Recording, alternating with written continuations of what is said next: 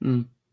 Yeah, so one of the things that's really interesting here is we have the Synoptics, but then we also have like the Gospel of John, which in many ways people can read it and it can seem very different than the Synoptic Gospel. So what's the going on with like the ongoing study in the Gospel of John among like biblical scholars and such? Yeah, John's really complicated and a difficult one simply because, it's like he's going in different directions. On the one hand, Jesus sounds so different from the Jesus in Matthew, Mark, and Luke. So the Johannine Jesus seems different from the Synoptic Jesus, you might say. And so about the time you think, oh, well, maybe John is a totally different kind of a genre, very mystical, metaphorical, parabolic, or whatever. And then, surprise, John is loaded with topographical and geographical features, place names, very accurate information about Jerusalem in the first century and its environs. So much so that any archaeologist that's interested in first century Jerusalem wouldn't think of doing work without consulting John, because John is so full of accurate information about what Jerusalem was like. These various landmarks, pools, the temple, all those sort of things. Mm. So John, on the one hand, exhibits great verisimilitude. That is, it just reveals so accurately the way things were. And yet, Jesus comes across in such a different way, speaks so metaphorically. And so I think what we have there is, in the Synoptics, it's very Petrine, Peter tradition. These are his stories. Matthew, Mark, and Luke make use of them in the way they write their respective gospels. But you have a very different author behind John. Some think it could be connected to Lazarus, somebody who's not from Galilee, somebody who lives in Bethany, somebody who was personally acquainted with the servants of the high priest, a person who's an eyewitness, and that's what John says. And a person, and if the fourth gospel, even if it is connected to John, if it's also connected to Lazarus, then you're talking about somebody raised from the dead.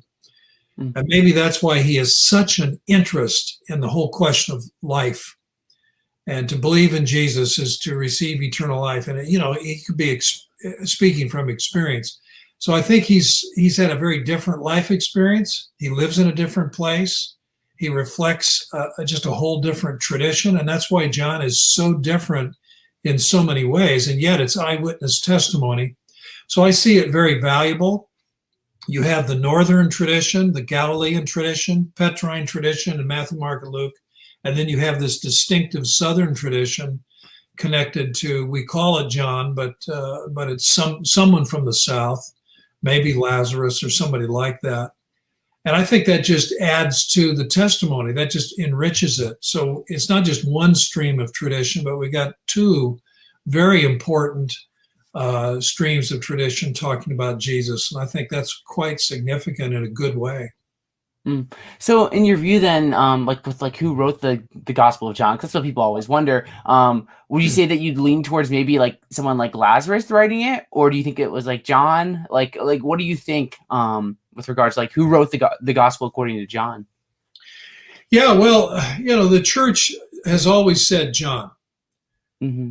And so there's a reason for that. And I don't think the early church made up names. That just doesn't make any sense, because if you're just going to make up names, like, heretics in the second and third centuries who created later gospels, they made up names. So they claim, well, this is the gospel according to Thomas. Thomas wrote it. Or this is the gospel according to Judas. Or this is the gospel according to Mary or Philip or somebody else like that. And they will often take these fictional names and insert them in the narrative itself. I, John, was on the Mount of Olives praying, and suddenly the heavens lit up and it's Jesus. Mm. And so they're really wearing it on their sleeve, their claims of apostolic authorship. Well, the authentic early first century gospels don't do that. It's all about Jesus. Here's what he taught, and this is what happened. It's not all about who's the writer. And so when the early church says, well, Mark is the author of Mark, I think that's authentic, because if you're going to make it up, why not say it's Peter? Peter is the voice. He is the teaching behind Mark. So why not just call it the Gospel of Peter? Well, it's because I think the early church realized that, no, it was Mark who actually wrote it. And so there's a modesty there. There's a commitment to truth. And when you think about Matthew, who's Matthew? He's a name on a list. There's only one story in the Gospels, and that's Matthew, the tax collector. When he decides to follow Jesus, he has a reception, invites people to come and meet Jesus. That's the only story we have Matthew. He does not show up in the book of Acts. He's a name on a list. And then when it comes to Luke, who's Luke? He's not one of the original disciples. He's a traveling companion with Paul in his third journey, second maybe, and third journey. So you get these we, first person, plural sections in Acts. Well, who's Luke? He's not one of the original 12. So you see this modesty in selecting names. So it doesn't strike me as pulling names out of an impressive hat.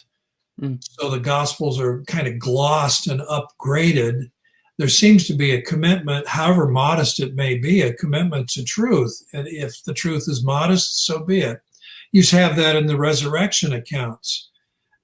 Fictional stories from a later time will exaggerate the resurrection witnesses, like the Gospel of Peter, which I talk about in my book, or the Acts of Pilate. These are later second, third century fictions that greatly embellish the stories. But the first century Gospels say, well, it was women. The first to find the tomb empty and meet Jesus, that's Mary Magdalene.